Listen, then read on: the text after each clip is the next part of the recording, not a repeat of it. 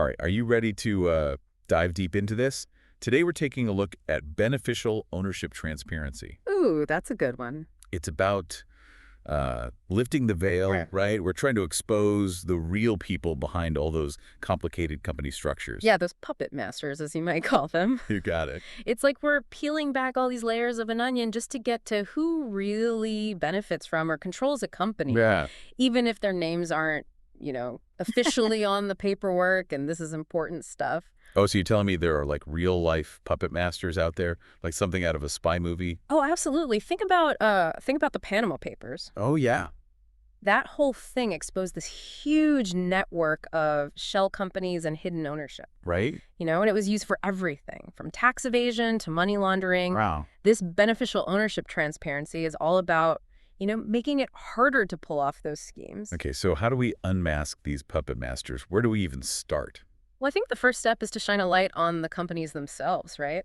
Okay. They're required now to keep very detailed and up-to-date records on their beneficial owners. Mm-hmm. It's not just a suggestion. In many countries, it's the law. So no more hiding behind shell corporations or those nominee arrangements. Exactly. And it's not just about keeping records. It's about making sure that those records are available. Okay. Available to the authorities and financial institutions, the people who need them. Right. This is about transparency and accountability, right? Imagine a bank suspects a company is doing something shady. Okay. With beneficial ownership transparency, they can quickly verify who is actually behind that company Got it. and then assess the risk. So companies are on the hook for keeping those accurate records? But how do we keep track of all these records? Is there like some giant spreadsheet somewhere? Not a spreadsheet, but something close. Okay. Governments are creating central registries for beneficial ownership data. Okay. Think of it as a massive database where authorities and financial institutions can quickly check who is actually in control. So no more playing hide and seek with shell corporations then? Right. It makes it much harder for the bad guys to hide. Yeah. But it's not a set it and forget it system. Right. Companies have to keep that information updated, and authorities need to make sure that the data is accurate and accessible. While central registries sound like a great start, Yeah. I have a feeling there's more to this story.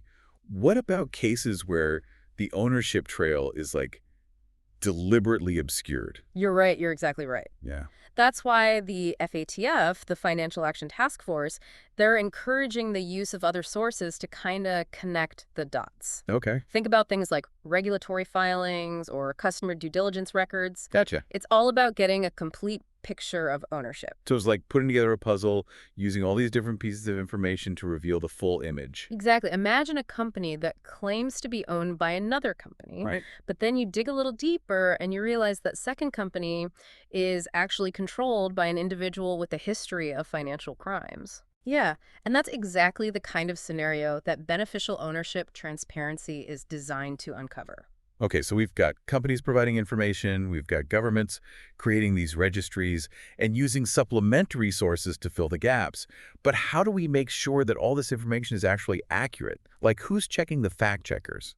That's where financial institutions come in. Okay. They're the gatekeepers, right? Right. They see the money flowing every single day. So they're not just passively taking the information that they are given? Oh, absolutely not. They're verifying who is in control, and they are making sure that all that information actually matches what's in the official registry. So if a bank sees a mismatch between what a company claims and what's in the government database, it's a big red flag. Huge red flag. They're obligated to report it right away. Wow. Think of it as like a global neighborhood watch, but for money. I like it. Everyone is looking out for each other, keeping the system clean, Right. and preventing criminals from slipping through the cracks. Okay, but isn't just relying on reports of discrepancies a bit reactive?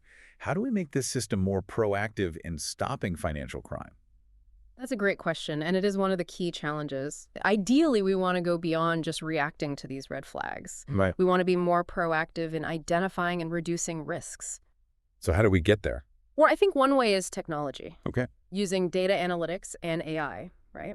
Sifting through tons of information, Hmm. spotting suspicious patterns and connections that you might not notice otherwise. So like algorithms that can analyze ownership structures, financial transactions, even things like social media activity Mm, to identify those bad actors. exactly. This is where things get really interesting. Yeah. We're moving towards a world where AI can actually predict and prevent financial crime before it even happens. Wow, that sounds incredibly powerful. It is. But isn't there a risk that these algorithms could be biased or make mistakes? I mean, how do we make sure that they're used ethically and responsibly? That's a critical point. We need to make sure that these algorithms are transparent and accountable Yeah. and fair. And of course, we still need human oversight. Right. We can't just blindly trust machines to make all the decisions about financial crime. Makes sense. So it sounds like we're still early in this technological revolution, We are. but the potential is clearly enormous. Absolutely. And let's not forget about collaboration. Financial institutions need to work with the authorities, Okay. sharing information, expertise to create a really strong system. So it's not just companies or governments or financial institutions working on their own. Yep. It's about working together as a global network to fight financial crime. Exactly. Think of it like a global task force. Everyone sharing intelligence, love it. sharing resources to track down these bad guys, Yeah. to make the world a safer place for everybody. This is intense. It sounds like we're in a constant game trying to outsmart the criminals. It is high stakes, but the stakes are really high. Financial crime is not victimless. It fuels corruption. It undermines economies. Yeah. It can even fund terrorism. Wow. So beneficial ownership transparency is more than just a rule. It's a tool to protect our entire global financial system It makes sense. and make the world a fairer and more just place. Well, I don't know about you, but I'm feeling a little more empowered already just having this conversation. That's the spirit. Also, we've covered a lot. Company responsibilities, the role of banks, the power of technology. But this is probably just the tip of the iceberg. It is. What else do we need to know about how this really complex system works in practice? Well, there's a lot more to discover, particularly when it comes to that verification process. Okay. How do financial institutions actually make sure that all this beneficial ownership information is accurate? Yeah. What challenges do they face? What tools and techniques are they using to overcome them? Well, I guess that's what deep dives are all about, right? Exactly. Unpacking the complex and shining a light on the hidden. Let's dive in. So let's get into the nitty-gritty of verification. Okay. Okay. Financial institutions, they're like detectives, Okay. piecing together clues from different sources to try and figure out who those puppet masters really are. So like Sherlock Holmes, but with a magnifying glass looking at company records.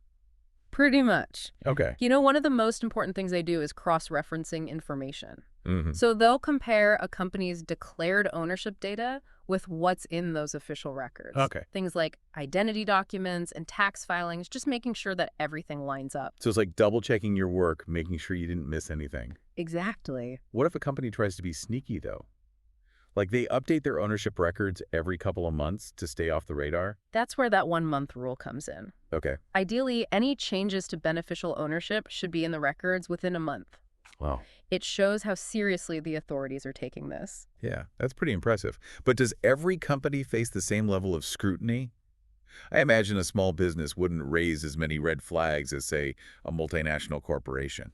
You're right, it's not one size fits all. It depends on the risk. Okay, so higher risk, higher scrutiny. You got it, entities with complex ownership structures, those in high-risk industries, Mm-hmm. or those that use nominee arrangements to hide the real owner. Right. They all face enhanced due diligence. It's like a triage system where yeah. the cases with the biggest potential for abuse get the most attention. Exactly. So we have companies giving information, governments keeping databases, and financial institutions verifying everything. Yeah. But what happens when something's fishy? What if a bank finds a discrepancy? Red flag, immediate red flag. Yeah. Any mismatch between what the bank finds and the official registry has to be reported ASAP. Okay, so it's not just about finding the information. It's about making sure it's accurate and reporting anything suspicious. Right, and that reporting is important for two reasons. Yeah. First, it helps maintain the entire system. Flagging inaccurate information.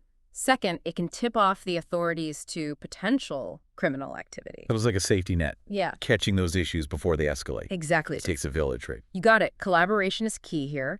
Financial institutions and authorities have to work together. Okay. By sharing information and working together, they can really effectively identify and investigate anything suspicious. So like a financial crime fighting squad. That's it. Love it. We're talking national and international agencies working hand in hand, global network, Wow. sharing intelligence to combat things like money laundering and terrorism financing. Right, because criminals don't respect borders. Exactly. And so our efforts can't either. This reminds me of those movies where you see all these international agencies coming together, Hmm. taking down like a global criminal organization, but this is real life. It is high stakes, but we can win this game. Yeah. If we stay vigilant and work together, and remember, it's not just on the institutions and governments. Right. You mean companies have a role to play too? Oh, absolutely. Maintaining accurate and up-to-date information is in everyone's best interest. It builds trust, right? Like with customers, investors, employees, nobody wants to work with a company that's shady. Exactly. Transparency is good for business. Okay. It attracts investors, it enhances your reputation, Right. it creates a culture of accountability, I get it. and it can help protect companies from being used for illegal activities. So it's a win-win for everybody involved. But let's be realistic. Maintaining this level of transparency, especially for large companies, it's got to be a nightmare. You're right, there are challenges, especially for these big multinational companies. Right. With all these subsidiaries, keeping track of everything can be like herding cats. So how do they keep up with all of that?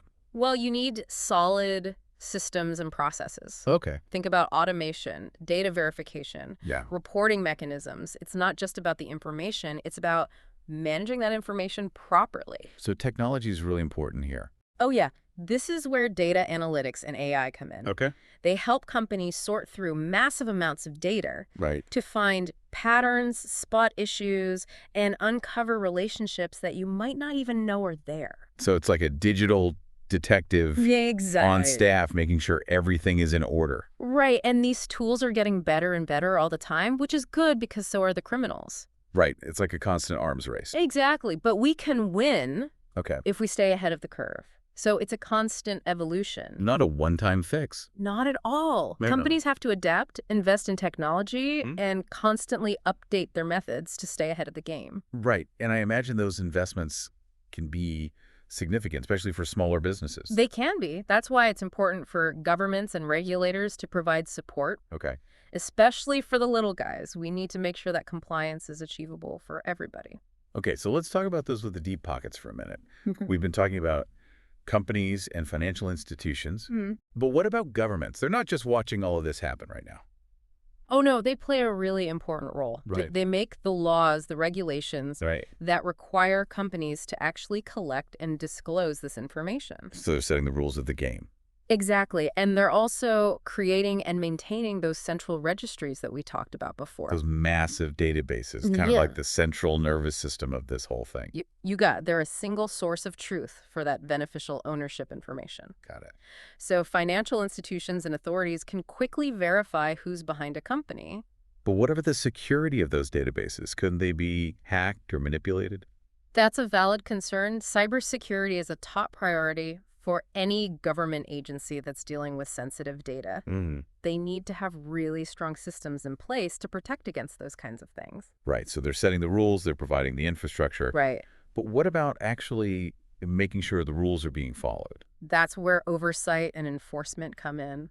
Okay. They have to monitor compliance, conduct audits, Yeah. investigate any potential violations, and they have to be able to punish those who break the rules. So it's not enough to just have laws, you have to enforce them. Exactly. And that enforcement has to go beyond borders. Because financial crime is a global issue. Exactly. We need international cooperation. Okay. Countries have to work together, share information, coordinate their efforts, and make sure that their laws and regulations are aligned. So it's like closing all the loopholes and creating a unified front.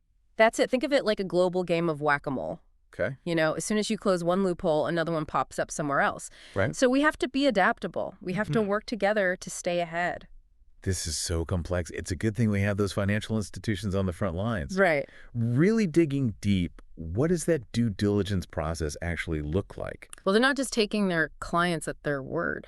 They're digging deep, verifying information through a lot of different sources. Company records, government databases, Yeah. public sources like news articles and social media, Wow. even on-the-ground investigations sometimes. So they really pull out all the stops. They do. It's a full-blown investigation. And technology is helping with that. Oh, absolutely. Things like data analytics and AI are becoming really important Right. tools. Those digital detectives we were talking about. Exactly. They can sift through all that data, Yeah. find patterns, anomalies that might point to suspicious activity. So are financial institutions becoming like high-tech detective agencies? In a way, yeah, they need to be just as smart as the criminals they're trying to catch. Yeah. That means embracing technology and constantly adapting. But even with all the fancy technology, there must be challenges in this line of work. Oh, for sure. One of the biggest is just the volume of data they deal with. Okay. Millions of customers, Hmm. countless transactions, those complex ownership structures. It's a lot to handle. It's like looking for a needle in a haystack. It is. And then there's data quality.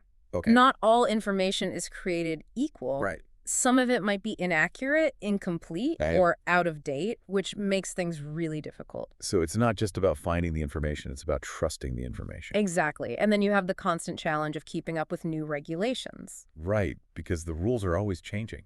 Always, it's a headache for these institutions that work in multiple countries. That sounds like a nightmare. How are they dealing with all of this? Well, they're investing heavily in technology that can automate a lot of the work. Okay. You know, the data collection, the verification, Mm-hmm. and they're partnering with third-party data providers, Okay. people who can offer expertise and access to even more information.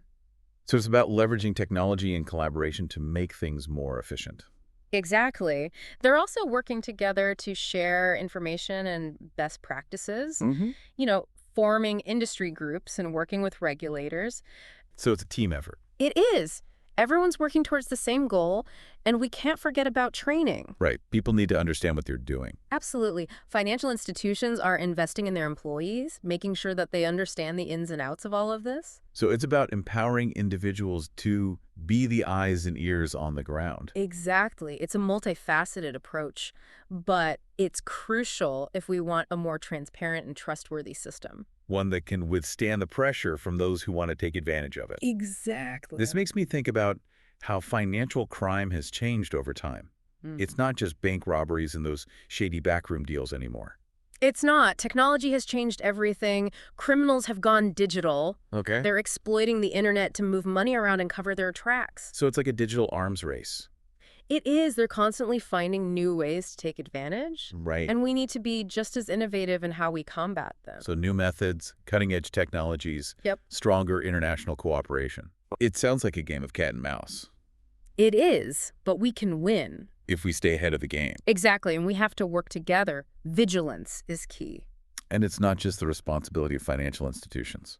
Right. Companies have a crucial role, too. Okay. They need to maintain accurate information. It's in their own best interest to do so. It is. Transparency is good for business. Right, it builds trust. Absolutely. With customers, investors, It regulators. shows they have nothing to hide. Exactly. And it can protect them from being used for illegal things. Okay, so it's a win-win. It is. Transparency helps everyone. But it's not always easy to achieve, It's not. There are challenges. especially for companies with really complicated ownership structures. Yeah, like multinational corporations with subsidiaries all over the world. Right. Keeping track of all that can be a real challenge. And there's always the risk of human error. Always. That's why it's so important to have good systems in place. Systems that can automate things, verify data, Yes. and handle reporting. Exactly. It's not just about the information itself. It's about managing it. So technology is key here. Absolutely. Things like data analytics and artificial intelligence can be really helpful. Okay. They help sort through all that data, identify patterns, Right. and find those hidden connections that you might not notice otherwise. It's like having that digital detective on the case, It is, and those tools are becoming more and more sophisticated. which is good because so are the criminals. Exactly. It's an arms race, but we can win if we stay ahead. And that means investing in the right technologies and expertise. Absolutely. Beneficial ownership transparency isn't a one-time thing. It's Okay. an ongoing effort. It requires continuous work and investment. It's an investment worth making, though, right? It is. The stakes are high. Yeah. Financial crime is a huge global problem. It costs trillions of dollars each year. Trillions, undermines economies, fuels corruption. It even funds terrorism. It does. So anything we can do to fight it is a good thing. And beneficial ownership transparency is a powerful tool. It is. It's about shining a light on the dark corners of the financial world Yeah. and making sure everyone is accountable for their actions. And that's something worth fighting for. It's amazing to see how much momentum beneficial ownership transparency is gaining. It is. It feels like we're really shifting towards a much more open and accountable financial system. Yeah, it's a fascinating evolution. And what's really interesting is that this push for transparency, Yeah. it's not just coming from governments and Oh, regulators. so you mean like it's coming from businesses too? Exactly. Companies are realizing that this transparency can actually be good for business. Okay. I'm intrigued. Yeah. Tell me more about how transparency is good for the bottom line. Well, for one, it builds trust Okay. with customers, Okay. investors. Hmm. When a company is open about how it operates, Yeah. it shows they have nothing to hide. Right. People are more likely to do business with someone they trust. Exactly. And this can lead to stronger customer loyalty, Okay. a better reputation, and ultimately higher profits. So it's not just about avoiding legal problems. It's about creating a better business environment. Exactly. And let's not forget about talent. Okay. Employees, especially younger generations, Yeah. they want to work for companies that share their values. That makes sense. Transparency is becoming a really important value. So companies that are transparent have an advantage when it comes to attracting talent. They do. And on a global scale, Mm-hmm. as more countries adopt these measures, it Right. becomes harder for criminals to hide. Right. It's like squeezing them out of the shadows. Exactly. Everyone has to play by the same rules no matter where they are. This all sounds great, but are there any downsides? What are the risks? That's a good question, and it's important to think about those concerns. Some people argue that making all this information public Right. could raise privacy issues or maybe even hurt companies by giving their competitors an advantage. So it's about finding a balance between transparency and protecting legitimate interests. It is. Finding that balance is so important, and it's something we need to keep talking about as we go forward. So we have to be careful about how we implement these measures. yeah. We don't want to create unintended consequences. Exactly. It's about getting it right, making sure the system is fair and effective. Okay, so let's bring it back to our listeners. Why should they care about all of this? How does it affect their daily lives? Well, it affects the stability of the financial system, Okay. the system that we all rely on. Right. A more transparent system is more stable, Mhm. less vulnerable to all those bad things: fraud, corruption, criminal activity. So it's about protecting our global economy. Exactly. And for individuals, Yeah. understanding this stuff can help them make smarter decisions. You mean like when choosing who to do business with or where to invest their money? Exactly. They can identify the risks, Okay. make choices that align with their values. It's like a superpower, seeing through those complex structures. I like that. And it can also inspire people to get involved, become advocates for more transparency in their own communities. So this isn't just about learning new things, it's about taking action. It is. Beneficial ownership transparency is a movement, Mm-hmm. and everyone can be a part of it. It's pretty inspiring to think about that we can all make a difference. We can, and this is ongoing. Right. There's always more to learn, more to discover, Yeah. more ways to get involved. So as we wrap up this deep dive, what's the one thing you want our listeners to remember? I think it's that beneficial ownership transparency is more than just rules. Okay. It's about creating a better world. Yeah. A fairer, more just, and more transparent world for everybody. That's it. All said. So to our listeners, as we leave you to think about all of this, we encourage you to keep digging, keep asking questions, Absolutely. and keep pushing for a more transparent world. We'll see you next time. Until then, happy diving.